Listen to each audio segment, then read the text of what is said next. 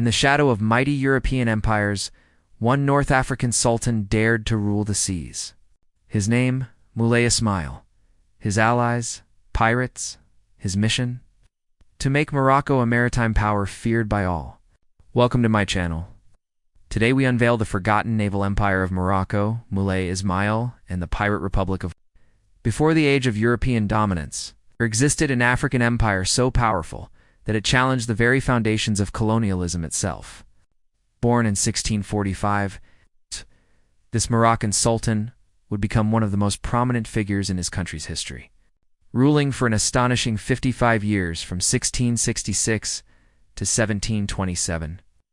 His reign was longer than any other monarch in Moroccan history. As the Moroccan navy grew, so did its influence. Soon, instead of solely preying on European ships, Morocco found itself engaging in complex negotiations with these same powers. To truly challenge the supremacy of European powers, a well-structured and organized naval force was essential. Prior to this reform, the spoils of war were often divided amongst the pirates themselves, leaving little, if anything, for the Sultan's coffers. No longer viewed as a collection of unruly pirates, the Moroccan navy became an integral part of the state's infrastructure. No longer a ragtag fleet of opportunistic pirates, they had evolved into a well-structured, disciplined naval force ready to face any challenge that came their way. The implementation of accounting practices not only streamlined their operations, but also elevated their status within the empire, forging a path for Morocco to become a major player in the international arena. His name may not have been known outside the walls of the Moroccan court, but his actions would soon make him a pivotal figure in this historical standoff. It was a moment that would test not only his diplomatic mettle, but also shape the future of his nation. Let us know your thoughts in the comments section below. And while you're there, don't forget to like and share for more captivating historical tales. Dive into more stories of courage, adventure, and historical intrigue by checking out our other videos. Subscribe to join our community of history enthusiasts and be the first to know when new adventures are uploaded. Until next time, stay curious and keep exploring the past. With the fate of Morocco hanging in the balance, the stage was set for a display of political acumen, cultural understanding, and unwavering resolve. They were now a disciplined, organized force representing the power and prestige of the Moroccan crown. Thrust into the heart of the diplomatic storm, this unassuming individual is about to play a role far exceeding his station. As the French admiral's imposing presence looms over the Moroccan court, it is Alger who steps forward, shouldering the responsibility of crafting a response that will define his nation's future. Armed with his knowledge of both Moroccan customs and the intricacies of diplomacy, Alger embarks on a delicate balancing act. He must convey the strength and unity of the Moroccan Sultanate, while also demonstrating a willingness to engage in meaningful dialogue. As the fate of Morocco hangs in the balance, Alger's every word becomes a carefully calibrated instrument of statecraft, each syllable resonating with the weight of his nation's identity and aspirations. It is a testament to the power of words and the quiet strength of those who wield them. One remarkable instance of this shift occurred when the renowned French admiral Jean Bart sailed into the port of Sale. In 1700, his arrival marked the beginning of a complex negotiation between France and Morocco, a testament to the growing influence of the Moroccan navy on the diplomatic stage. During his visit, Admiral Bart made every effort to demonstrate the superiority of French arms, aiming to intimidate the Moroccans into submission. He paraded French soldiers, brandishing their advanced weaponry before the eyes of the stunned Moroccan officials. It was a blatant display of military might intended to overawe and persuade. Despite this intimidating gesture, the Moroccans remained steadfast in their determination to maintain their independence and sovereignty. They refused to succumb to pressure, standing firm in the face of what seemed like overwhelming odds. What followed was a series of tense negotiations that tested the limits of diplomacy. The French admiral's demands were presented, laying out his expectations and proposals. The Moroccans responded with dignity and resolve, articulating their own needs and aspirations for their nation's future. This transformation not only secured their place in the national structure, but also ensured their continued loyalty to the Sultan's ambitious plans for the empire. Mulay Ismail decreed that a portion of every captured vessel as value be designated as tribute to the empire. This practice not only generated revenue for the kingdom, but also served as an incentive for the navy to engage in more lucrative ventures. It was a clever strategy that fused personal gain with the advancement of the empire's overall interests. Furthermore, the establishment of accounting rules facilitated communication and negotiation with European powers. As Morocco transitioned from a state of constant conflict to one of diplomatic engagement, the need for clear and concise records became paramount. The ability to accurately present captured goods and negotiate treaties hinged upon the availability of reliable documentation. The introduction of accounting rules equipped the Moroccan Navy with the tools to engage in diplomacy, showcasing their power and influence on the international stage. Thus began the systematic transformation of the Moroccan Navy, a process that would lay the groundwork for a formidable maritime fleet capable of holding its own against the mightiest navies of the time. The first step in this evolution was the introduction of accounting rules. Previously, the actions of the pirates were governed by their own internal codes, often leading to disputes and rivalries. Mulay Ismail mandated a new system of record-keeping, ensuring transparency and accountability among the ranks of the navy. Every ship was required to document its activities, including the capture of enemy vessels and the acquisition of booty.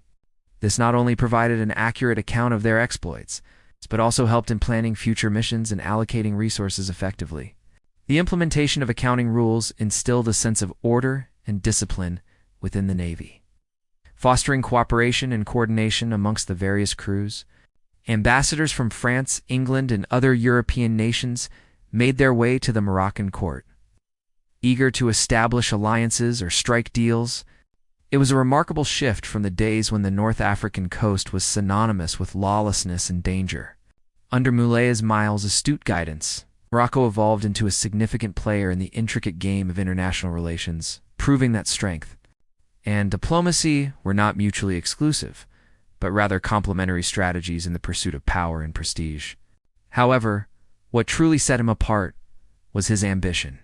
Strategically located on the northwestern coast of Morocco, served as a critical hub for the infamous pirate republic that flourished during the late 17th and early 18th centuries. The city's significance as a base for these daring seafarers cannot be overstated.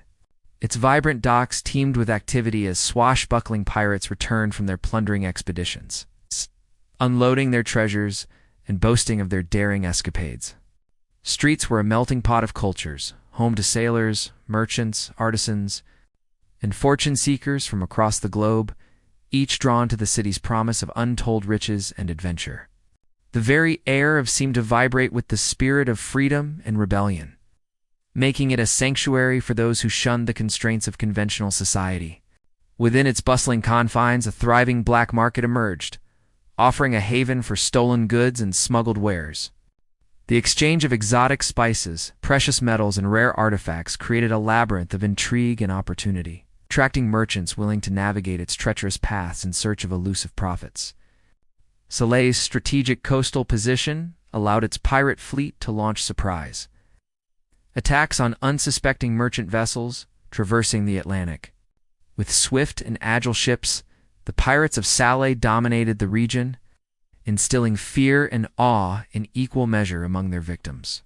Their exploits became legendary, tales of bravery, cunning, and ruthlessness that echoed across the seven seas.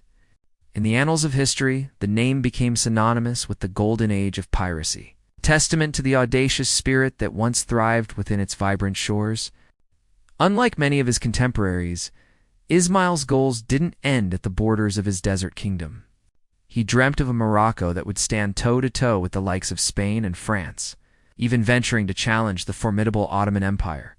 This burning desire led him to seek out the very tools necessary to transform his vision into reality. Let's start our story with the man who made it all possible, the warrior king himself, Mulay Ismail ibn Sharif. Yet Mulay Ismail saw their potential. He realized that these audacious seafarers possessed the skills and audacity to dominate the seas. For the Sultan, it was a strategic move to bolster his navy and challenge European powers. The pirates gained legal recognition, essential supplies, and a safe haven for their booty. This unique partnership flourished during the reign of Molay Ismail, a ruler whose ambition knew no bounds. With his support, the pirates thrived, amassing unimaginable fortunes and pillaging on the riches of European trade vessels. But it was Ismail who truly reaped the rewards of this alliance, expanding his empire's naval capabilities and redefining Morocco's role on the world stage. So he extended them a proposition, granting them protection within his ports in exchange for a portion of their plunder.